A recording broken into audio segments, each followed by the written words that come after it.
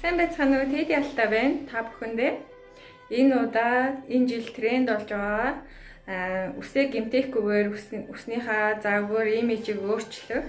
Тэгээд гоёмсог альчууруудаар үсэндээ гой загвар гаргаж болох та бүхэнд аргаас хуваалцж байна. Та бүхэн туршаад үзээрэй, мөн сураад аваарай гэж хүсье. Гой загвар оруулж чимэглэх талаар хичээллийнхаа анхны дугаарыг хүргэж байна. Тэгээд үсээ болохоор ямар ч гэмтэлгүйгээр гой загвар оруулах байгаа. Тэгээд дулаараад гой өнгөлөг алчуураад тэгээд хуцандаа татуулан гой загвартай болоход нь санаа болгох болно. За тэгээд үс маань болохоор ямар нэгэн эндүүсний сэргэлээгүй зүгээр угаагаал хатаас үс байгаа. Одоо энийгээ хөдөлөө гой чанин загвартай болгоцгоё.